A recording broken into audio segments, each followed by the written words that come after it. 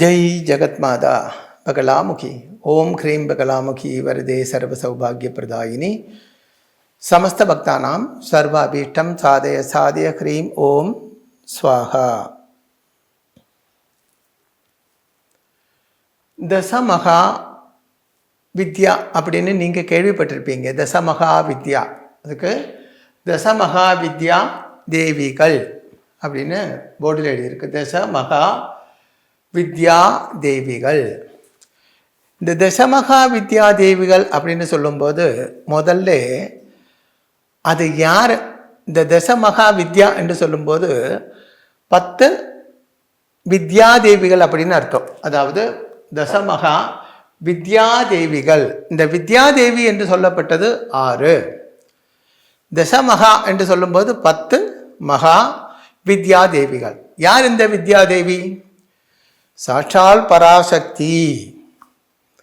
பராசக்தி என்ற வாக்குக்கு என்ன அர்த்தம் என்றால், பிரம்ம விஷ்ணு மகேஸ்வரன்மாரும் ஆராதிக்கப்பட்ட தெய்வம், சர்வ சக்திகளுடையும் உறவிடம், உத்பவஸ்தானம், சர்வ சக்திகளுக்கும் அதீதமான, அதீனம் அல்ல அதீதம், எல்லாத்துக்கும் மேலே, சர்வ சக்திகளுக்கும் மேலே உள்ள சக்தி, சர்வ சக்தி பிரதாயினி, அதாவது எல்லாத்துக்கும் பவர் கொடுக்கப்பட்ட சக்தி அப்படின்னு அர்த்தம். ஒரு எக்ஸாம்பிள் சொன்னால், இங்கே ஒரு 1000 பல்பு எரிஞ்சிட்டே இருக்குன்னு வச்சுக்கோங்களேன்.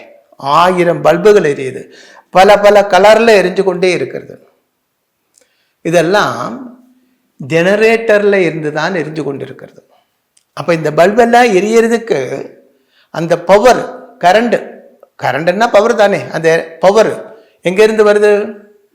ஜெனரேட்டரில் இருந்து வருது.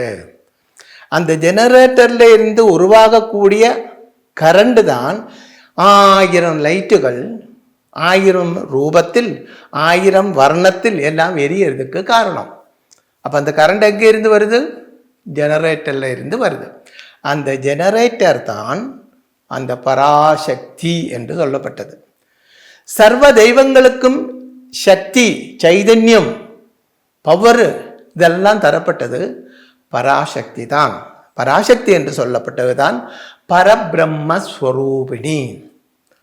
சர்வ மதங்களிலேயும் சொல்றதுண்டு, முதல்ல சிருஷ்டிக்கு முன்னே உண்டாகப்பட்டது ஒரு சப்தம் மட்டும்தான். நம்ம ஹிந்து வேத சாஸ்திரப்படி எப்படி சொல்றாருன்றால், எல்லாம் டோட்டலாக இருட்டாக இருந்தது. மிட் நைட்டில் ஒரு ரூமுக்குள்ள கரண்ட் ஒன்றுமே இல்லாமல் எல்லாம் லைட்டு ஓப்பன் பண்ணிட்டு எப்படி இருந்து பாருங்க, ஃபேன் மட்டும் ஓடட்டும். அப்போ அந்த சவுண்டு, அந்த ஃபேனோட சவுண்டு, அந்த ஃபேனோட சவுண்டு மட்டும் கேட்கும். ஒன்றுமே தெரியல, ஒன்றுமே பார்க்கறதுக்கே இல்லை, ஒரே இருட்டு. கண் அடைச்சால் எப்படி இருக்கும்? அதை விட இருட்டு. அப்போ அப்படி இருந்ததாம் ஆரம்ப காலத்துக்கு முன்னாடி. அப்புறம் அந்த சவுண்டு, அந்த வாய்ஸில் இருந்து தான் மற்றதெல்லாம் உண்டாயாச்சு. பிரம்மா, விஷ்ணு, சிவன் இதெல்லாம் அந்த வாய்ஸினால் படைக்கப்பட்டது. இதே தான் பைபிள்லையும் சொல்லி இருக்கிறது.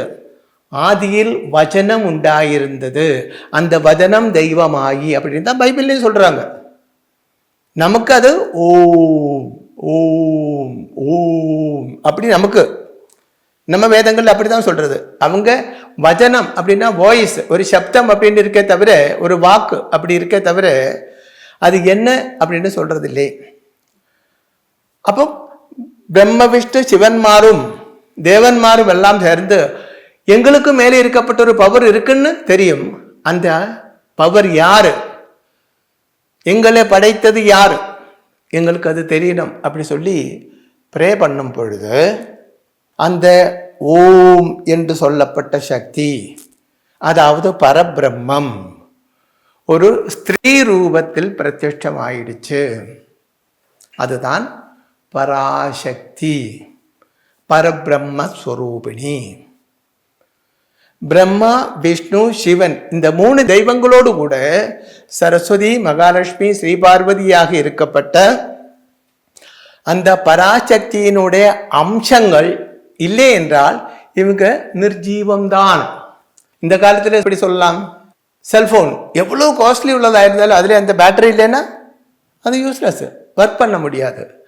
அதே மாதிரி பிரம்மா, விஷ்ணு, சிவன் இவருக்கெல்லாம் எனர்ஜி கொடுக்கப்பட்டது தான், பேட்டரி தான் இந்த 3 தேவிகள், சரஸ்வதி, மகாலட்சுமி, ஸ்ரீ பார்வதி.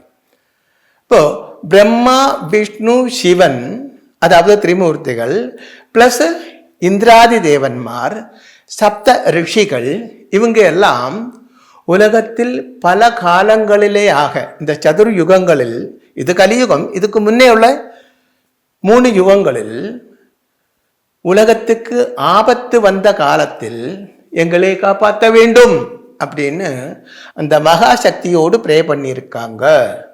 அந்த காலத்தில் அந்த அம்பாள் பல காலங்களில் பல ஸ்வரூபங்களிலே பிரத்யட்சமாய் இவருக்கு, அதாவது பிரம்ம, விஷ்ணு, சிவன்மார் உள்படையுள்ள இந்திராதி தேவன்மார்களுக்கும் ரிஷிமார்களுக்கும் தரிசனம் கொடுத்திருக்காங்க. பல காலங்களில் பல ஸ்வரூபத்தில் 10 வாட்டி தரிசனம் கொடுத்துருக்காங்க. பிரத்யட்சமாயிருக்கு, அந்த பராசக்தி பிரத்யட்சமாயிருக்கு. அந்த 10 வாட்டி அந்த வித்யாதேவி, வித்யை என்றால் அறிவு, வேதம் அப்படின்னு தான் அர்த்தம், பரபிரம்மம். அந்த தேவி 10 வாட்டி பிரத்யட்சமாயி தரிசனம் தந்து அனுகிரகம் பண்ணியிருக்காங்க. அது யாரெல்லாம்? மாதங்கி சுரூபத்தில் புவனேஸ்வரி, பகலாமுகி, திரிபுரசுந்தரி, தாரா, காளி, ஆதிலட்சுமி, சின்னமஸ்தா, தூமாவதி, பைரவி. இதுதான் அந்த 10 தேவிமார். மாதங்கி, புவனேஸ்வரி, பகலாமுகி, திரிபுரசுந்தரி, தாரா, காளி, கமலா, சின்னமஸ்தா, தூமாவதி, பைரவி. இதுதான் 10 தேவிகள். கமலா என்று சொல்லப்பட்டது ஆதிலட்சுமி. சாதாரணமாக நீங்கள் லக்ஷ்மி தேவியோட ஃபோட்டோ எல்லாம் பார்த்துருப்பீங்க, அபயம், வரதம், அப்புறம் 2 கையில் தாமரை, இப்படி 4 கையோட தான் பார்த்துருப்பீங்க அந்த ஃபோட்டோ. ஆனால் ஆதிலட்சுமி என்று சொல்லும்போது 8 கைகள் இருக்கு. திரிசூலம், சங்கு, சக்கரம், கதா இதெல்லாம் உள்ள 8 கைகள், அபயம், வரதம், இப்படி 8 கைகள் இருக்கும். அதுதான் ஆதிலட்சுமி, ஆதி பராசக்தி அப்படின்னு அர்த்தம். அப்போ பாருங்க, இதில் சரஸ்வதி தேவி இல்லை, லக்ஷ்மி தேவி இல்லை, பார்வதி தேவி இல்லை. அவங்க எல்லாம் ஆதி பராசக்தியோட அம்சஸ்வரூபங்கள் தான். அம்சஸ்வரூபம் என்ன? அதாவது ஒரு பெரிய அக்னி எரிஞ்சு கொண்டே இருக்குன்னு அப்படி வச்சுக்கோங்களேன். ஒரு ஹோமகுண்டத்தில் பெருசாக அக்னி எரிஞ்சு கொண்டே இருக்கு. அது இந்த சின்ன ஒரு திரி கொளுத்தி எடுத்தாச்சு. அப்போ அந்த அக்னியோட அம்சம்தான் இது இல்லையா? அந்த திரியில எரியப்பட்ட அக்னியும் அதுதான் அம்சம் என்று சொல்லப்பட்டது. அதுதான். அப்போ அது சரஸ்வதி, மகாலட்சுமி, ஸ்ரீ பார்வதி, அந்த தேவிமார். இது ஆதிபராசக்தியோட உண்மையான ஸ்வரூபம். 10 காலத்தில் 10 விதத்தில் தரிசனம் கொடுத்திருக்காங்க, வித்தியஸ்தமான காலங்களில். அதுதான் மாதங்கி, புவனேஸ்வரி, பகலாமுகி, திரிபுரசுந்தரி, தாரா, காளி, ஆதிலட்சுமி, சின்னமஸ்தா, தூமாவதி, பைரவி. இதில் மாதங்கி, புவனேஸ்வரி, திரிபுரசுந்தரி, மகாலட்சுமி, இந்த தேவிமார் மாதங்கி, புவனேஸ்வரி, திரிபுரசுந்தரி, மகாலட்சுமி, இந்த 4 தேவிமார் சாத்விக ஸ்வரூபம் உள்ளவங்கள், சாத்விக குணம் உள்ளவங்கள், ஸ்வரூபம் அல்ல குணம் உள்ளவங்கள். உலகத்தில் 3 விதத்திலே தான் குணங்கள், சத்வ, ரஜ, தம. சாத்விகம், ராஜசம், தமோ குணம். இப்படி 3 குணம் என்றால் சுபாவம். அப்படி அவனோட குணம் நல்லா இல்லை அப்படின்னா அவனோட சுபாவம் நல்லது இல்லை அப்படின்னு தானே அர்த்தம். இப்போ சாத்விகம், ராஜசம், தாமசம், இந்த 3 குணங்களிலே இதில் ஏதாவது ஒரு குணம், சிலவருக்கு 3ம் சேர்ந்திருக்கும். இதில் ஏதாவது ஒரு குணம் இல்லாமல் எந்த உயிரினங்களும் உலகத்தில் கிடையாது. எந்த மனுஷனுக்கு மட்டுமில்லை, எந்த உயிரினங்களிலும். அப்போ இங்கே மாதங்கி தேவி சாத்விகம் தான், ரொம்ப சாஃப்ட், மகாலட்சுமி மாதிரி ரொம்ப சாஃப்டான ஸ்வரூபம். அதே மாதிரி புவனேஸ்வரி ரொம்ப சாஃப்டான ஸ்வரூபம், சாஃப்டான ஸ்வபாவம். மகாலட்சுமி அதாவது ஆதிலட்சுமி ரொம்ப சாஃப்டான ஸ்வரூபம். திரிபுரசுந்தரி ரொம்ப சாஃப்டான ஸ்வரூபம். அப்போ அவங்க எல்லாம் சாத்விக ரூபங்கள். அடுத்தது சாத்விகம், அப்புறம் ராஜசம், ரஜோகுணம், கொஞ்சம் உக்ரமாகவே இருக்கும். அது ரஜோகுணம் உள்ளது. தாராதேவி ரஜோகுண ஸ்வரூபம்தான். காளி தேவி ரஜோகுண ஸ்வரூபம்தான். சின்னமஸ்தா தேவி ரஜோகுண ஸ்வரூபம்தான். பைரவி ரஜோகுண ஸ்வரூபம்தான். இந்த தேவிமாரெல்லாம் ரஜோகுணம் உக்ரஸ்வரூபம். அந்த தேவிமார் ஒரே ஒரு தேவி மட்டும் இதில் தூமாவதி லாஸ்ட் அம்பாவளோட லாஸ்ட் ஸ்வரூபம். தூமாவதி தமோகுண ஸ்வரூபமாக இருக்கிறது. அது எப்போ தமோகுணம்னு சொன்னா என்ன சொல்லுவாங்க, ரொம்ப லேசி. அதே மாதிரி க்ஷிப்ர பிரதானி கூட, க்ஷிப்ர கோபி கூட.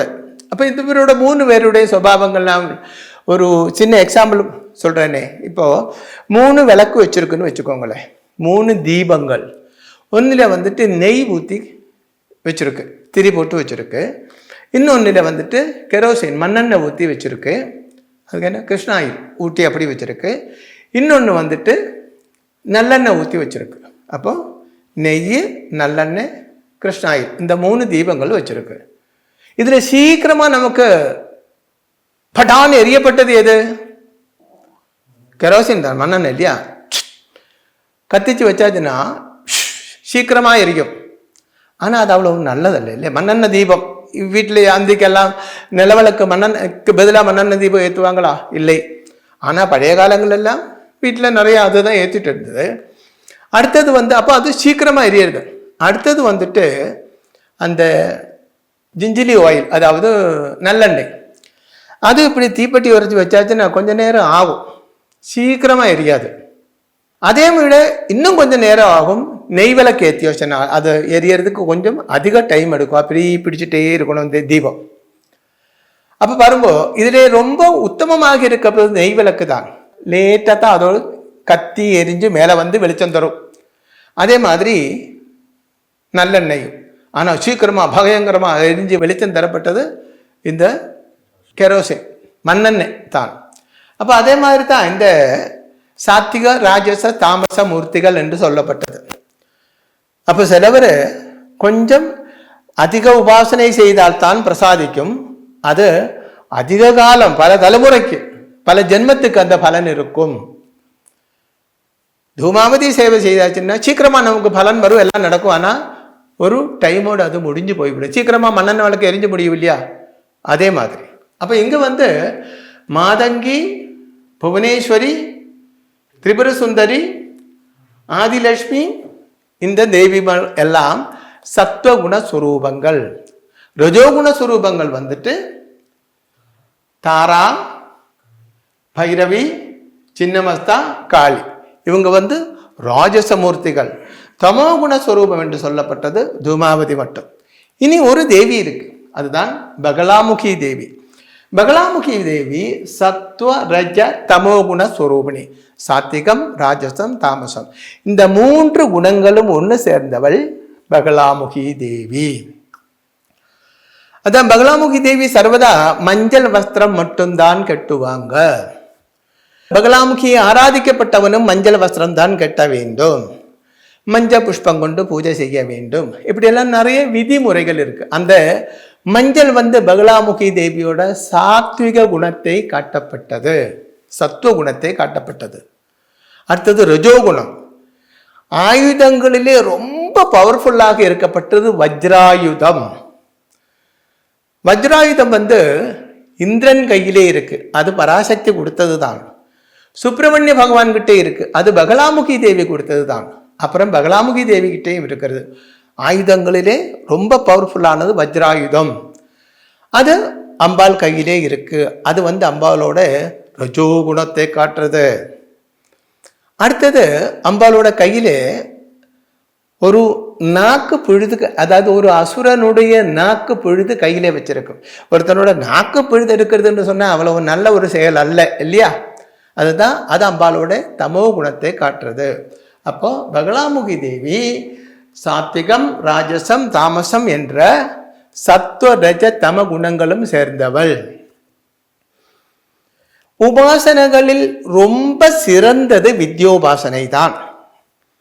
வித்யோபாசனை சொன்னால் இந்த தேவிமாரில் யாரையாவது ஒரு தேவியை உபாசனை செய்யப்பட்டது, மனசா வாஜா கர்மனா ஒரு தெய்வத்தை சர்வதா ஆராதிக்கப்பட்டது தான் உபாசனா என்று சொல்லப்பட்டது.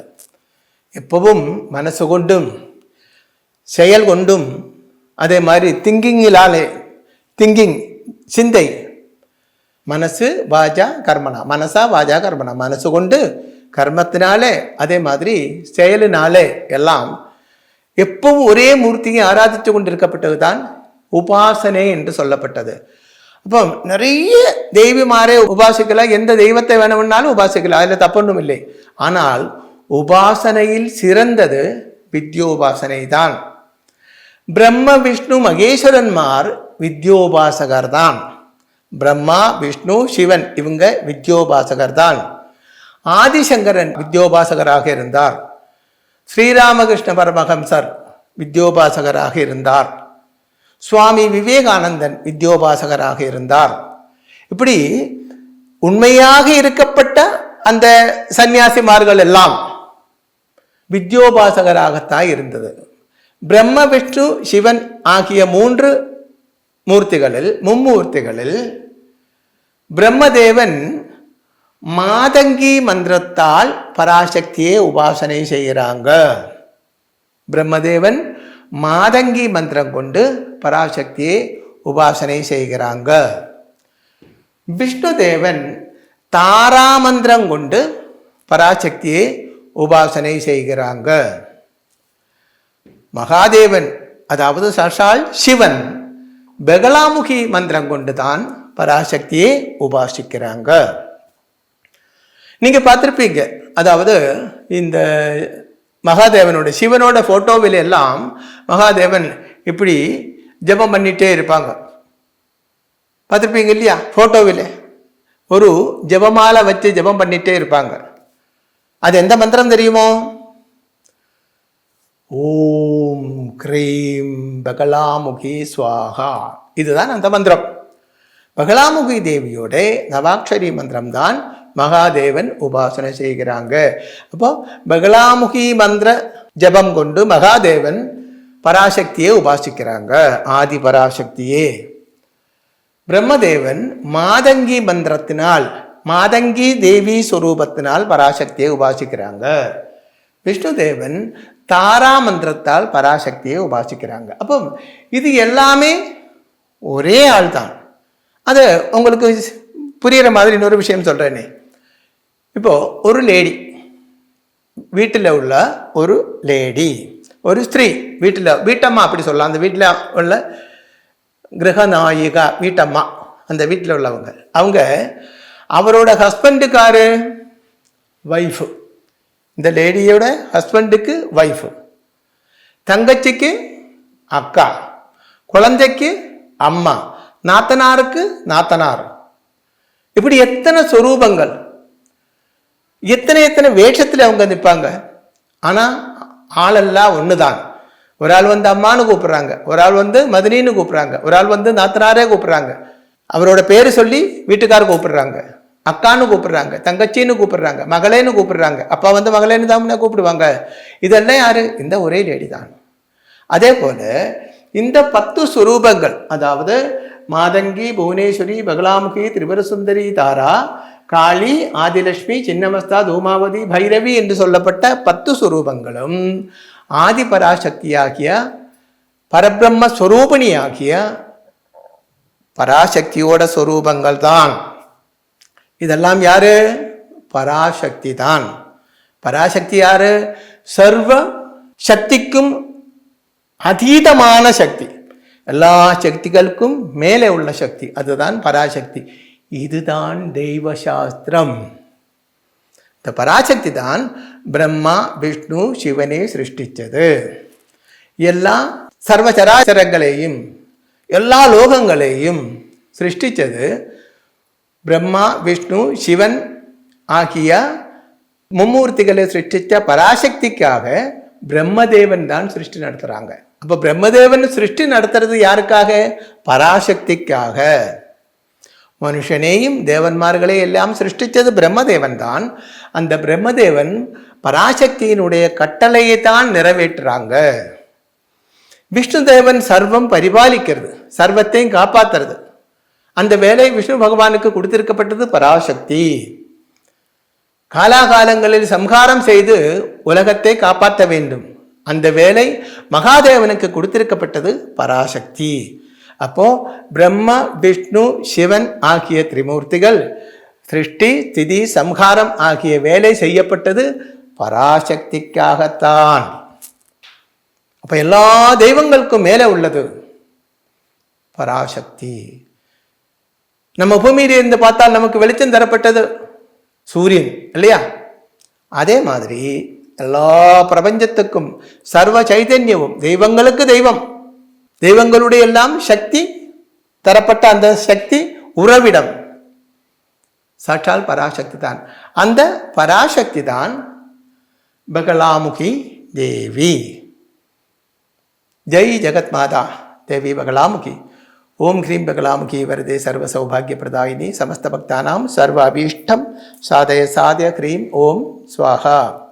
ஸ்ரீ சூரியமங்கலம் அத்வைத வேத வித்யாபீடத்தில் தாந்திரீக பூஜைகளில் சிறந்து விளங்கும் பல ஆச்சாரியர்களால் அமாவாசை மற்றும் பௌர்ணமி நாளன்று சிறப்பு யாகங்கள் நடைபெறுகின்றன. இந்த யாகங்களில் கலந்து கொள்வதன் மூலம் அன்னை ஸ்ரீ பகலாமுகி தேவியின் அருளால் நம் சர்வதோஷங்களும் நீங்கி சகல சௌபாகியங்களும் நம்மை பரிபூரணமாக வந்தடையும். ஸ்ரீ சூரியமங்கலம் அத்வைத வேத வித்யாபீடம் ஜோதிடம், பிரசன்னம், வாஸ்து, தாந்திரீக பூஜைகள் மற்றும் வேத யாகங்கள் செய்திட தொடர்புக்கு 7305442299 7305442299. தொடர்பு மையங்கள் சென்னை, கோவை, பெங்களூரு, ஹைதராபாத், விஜயவாடா, டெல்லி, மும்பை, திருநெல்வேலி, டெக்சாஸ்.